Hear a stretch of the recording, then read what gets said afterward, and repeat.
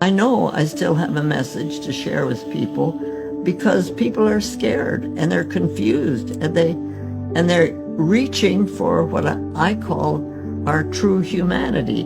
Within us is the real knowing of who we as human beings are, and we're trying to be that. And so if we can find ways in which we can understand this for ourselves, pay attention to your dreams. Pay attention to what is it that makes you feel good. We need a community. My spirit needs to bear witness with thy spirit. As we help others, we help ourselves. It's that life flow that is so essential. What would you say healing is? All healing comes from inside ourselves. We have the physician on the outside and the physician on the inside. All healing comes from within us, and all healing is based on love. That's the center of holistic healing. Love is the center? Yes.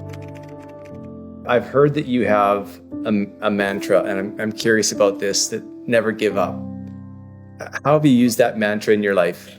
Well, it started with my dad. And I remember being probably 9 years old, and I was doing something, and I said, "Oh, I give up." And he looks at me and he says, "Are you a quitter?" And I thought, oh man, that's like being a liar. No, I'm not a quitter. And if I, look back, there's Satan's. It's so important for us to understand what we teach our children. And these are things that were really brought to me so that I could understand the kind of life that I was going to actually live. And so, yeah, I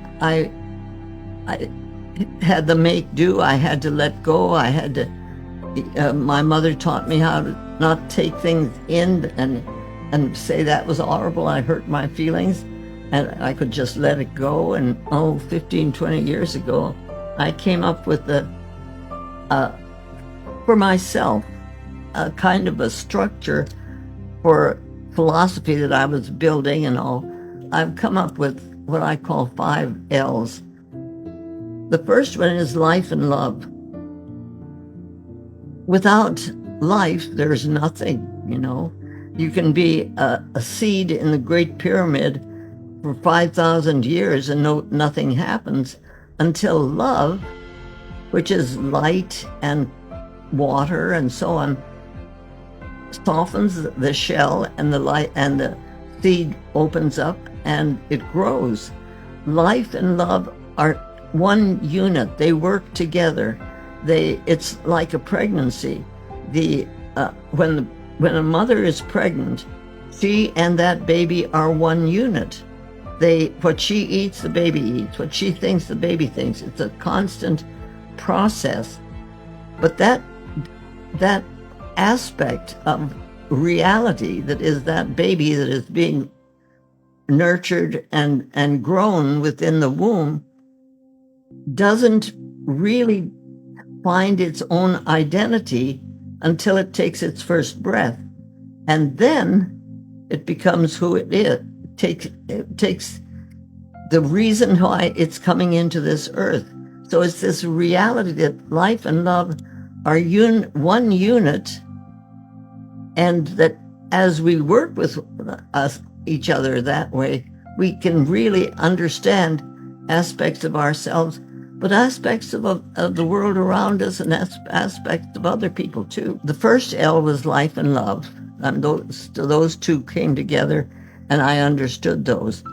But the third one was laughter.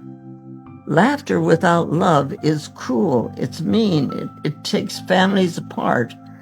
It has caused wars, Laughter can be cruel, but laughter with love is joy and happiness. And the fourth L is labor. Labor without love is drudgery. It's you just gotta go to work. You just gotta do this. too many diapers. It's just but labor with love is bliss. It's why we singers sing, why painters paint. It's why I do what I do. It's why you do what you do. It's what makes our hearts sing. It's that inner aspect of our being that comes alive, and we'll work 5 times as hard as we were when we were dragging ourselves along with the drudgery thing. And the 5th one is listening. Listening without love is empty sound. It just doesn't make any sense. You don't understand. But listening with love is understanding.